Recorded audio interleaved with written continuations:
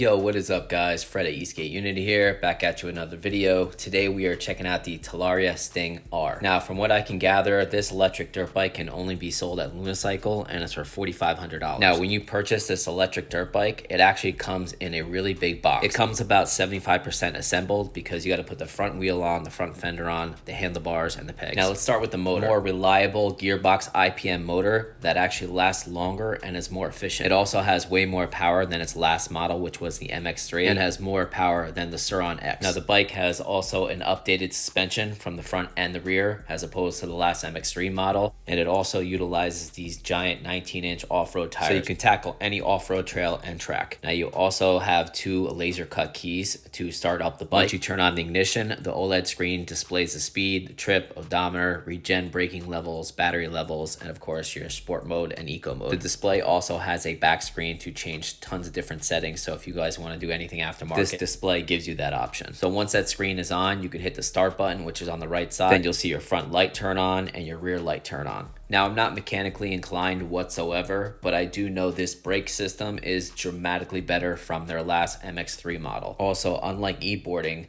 you can actually change your levels of regenerative braking with this e-bike. So the right lever is your front brake and your left lever is your rear brake. So no clutch, no changing gears. So here is where they place their controller. This is essentially their ESC with our Eastgate terminology. And right above it is their horn, which is pretty loud.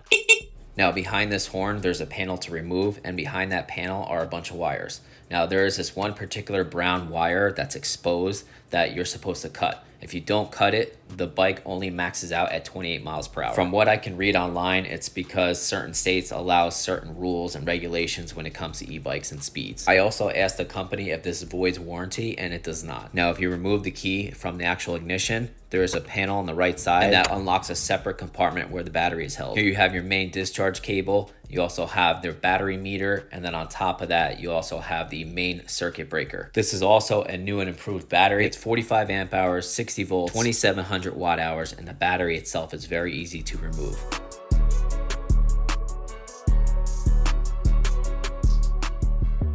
Now, something worth mentioning, I bought this $45 camera mount on Amazon, and it's working great with the Insta360.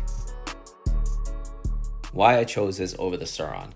So the Sur-Ron is very outdated. The Sur-Ron had 0 improvements from 5 years ago, and they have an optional 38 amp hour battery, which is still $250 more than this bike, and still a smaller capacity battery. From what I also gather online, the Sur-Ron ESC, aka their controller, is also very outdated and has a lot of malfunctions. This new TALARIA Sting R MX4 has no reports of any malfunctions with the controller. This also is supposed to have way better suspension than the Sur-Ron. Now the bike also comes with optional blue graphics. I personally don't like the blue graphics. I like that blacked out look, but that's obviously personal preference, so it's up to you if you want to utilize the graphics. All right, here we go.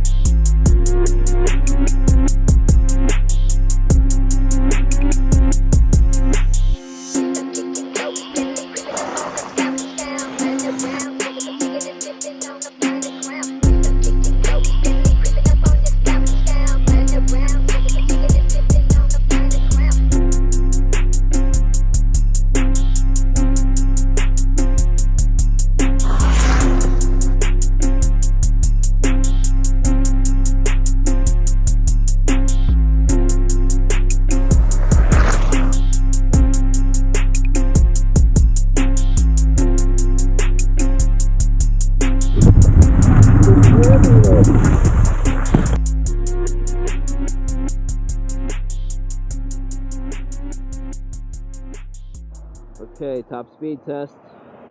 Rider wrap is fresh.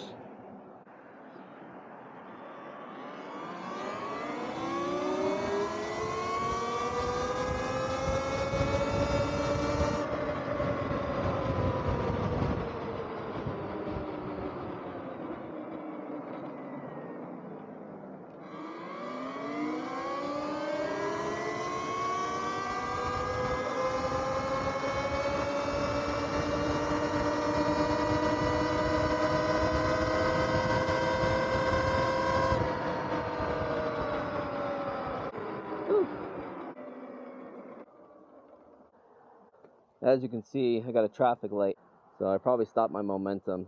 50.6 miles per hour. And I was going up a little bit of a slight hill after the light, so I would say like 52 miles per hour is definitely doable for sure. All right, here we go. Brake test at 15 and 20 miles per hour. These brakes are really, really good, so. All right, 1, 2, 3, brake. Oof. That was like 60% brakes too. I didn't want to fly off the damn bike. Do it again. 1, 2, 3. Oof, God. These are the best brakes I've ever felt on any PEV by far. That's how good it is. All right, acceleration test. 1, 2, 3, go. Woo. Woo. As for range, I'm a 155-pound rider, and it was about 80 degrees Fahrenheit and mixed terrain between street and off-roading. I got 62 miles of range, or roughly 99 kilometers. Now, this is a strange looking charger, but it is a badass charger. It has 12 amps and has a built-in fan, and it actually charges the bike full in about 2.5 hours. The charging port is very good because it has a twisting mechanism to lock into place. And the same thing for the actual charger itself. It has a twisting mechanism that plugs in and then locks right into place.